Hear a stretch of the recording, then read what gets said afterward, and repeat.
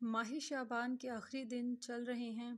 ہمیں اللہ تعالیٰ سے یہی دعا کرنی چاہیے، اے معبود، اگر تو نے ہمیں شعبان کے گزشتہ دنوں میں گناہوں کی معافی نہیں دی تو بھی اس کے باقی دنوں میں بھی ہمیں بخشش عطا کر دے، کیونکہ حق تعالیٰ اس مہینے میں احترام رمضان کے ناطے اپنے بہت زیادہ بندوں کو جہنم کی آگ سے آزاد فرماتا ہے۔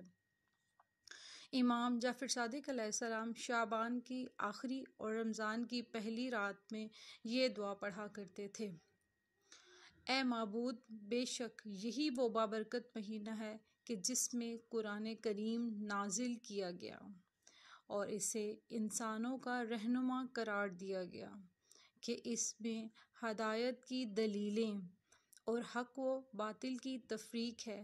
قرآن موجود ہے، ہمیں اس کے لیے اسے ہمارے لیے سلامت رکھ اور اس کو ہم سے آسانی و امن کے ساتھ لے۔ اے وہ جو مواخذہ کم اور قدردانی زیادہ کرتا ہے، مجھ سے یہ تھوڑا عمل قبول فرما۔ اے معبود، میں سوال کرتا ہوں تجھ سے کہ میرے لیے نیکی کا ہر رستہ بنا اور جو چیزیں تجھے ناپسند ہیں ان سے باز رکھ۔ اے سب سے زیادہ رحم کرنے والے، اے وہ جس نے مجھے معاف کیا اور ان گناہوں پر جو میں نے تنہائی میں کیے، اے وہ جس نے نافرمانیوں پر میری گرفت نہیں کی، معاف کر دے، معاف کر دے، معاف کر دے۔ اے مہربان، اے معبود، تو نے مجھے نصیحت کی، میں نے پرواہ نہ کی، تو نے حرام کاموں سے روکا تو میں ان سے باز نہ آیا، پس میرا کوئی عذر نہیں، تب بھی مجھے معاف فرما۔ اے مہربان، معاف کر دے، معاف کر دے۔ اے معبود، میں مانگتا ہوں تجھ سے موت کے وقت راحت، حساب کتاب کے وقت درگزر۔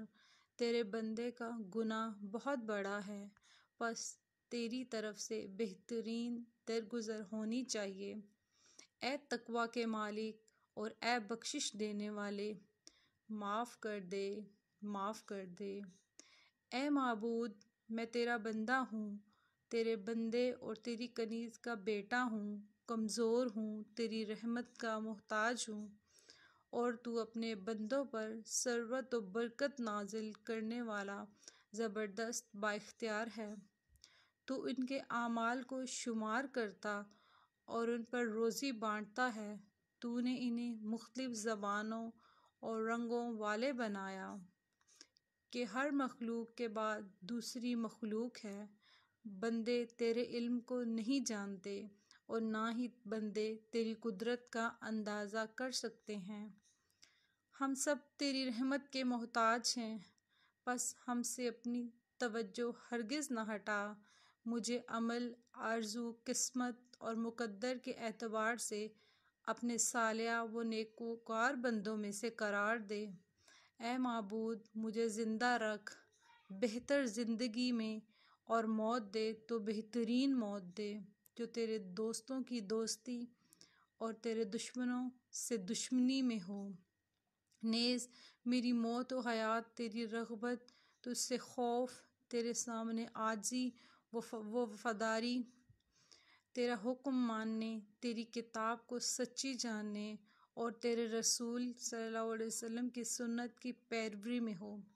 اے معبود، میرے دل میں جو بھی شک یا گمان یا ضدیت یا نا امیدی یا سرمستی یا تکبر یا بے فکری یا خود خواہی یا ریاکاری یا شہرت طلبی یا سنگ دلی یا دو رنگی یا کفر یا بد عملی یا نافرمانی یا گھمنڈ یا تیری کوئی ناپسندیدہ بات ہے تو تجھ سے سوال کرتا ہوں، اے پروردگار، تو ان برائیوں کو مٹا کر ان کی جگہ میرے دل میں اپنے وعدے پر یقین، اپنے عہد سے وفا، اپنے فیصلے پر رضامندی، دنیا سے بے رغبتی اور جو کچھ تیرے ہاں اس میں رغبت، اپنے در پر حاضری، دل جمعی اور سچی توبہ کی توفیق دے۔ میں تجھ سے یہی چاہتا ہوں، اے اللہ، مجھے معاف کر دے مجھے معاف کر دے، مجھے معاف کر دے۔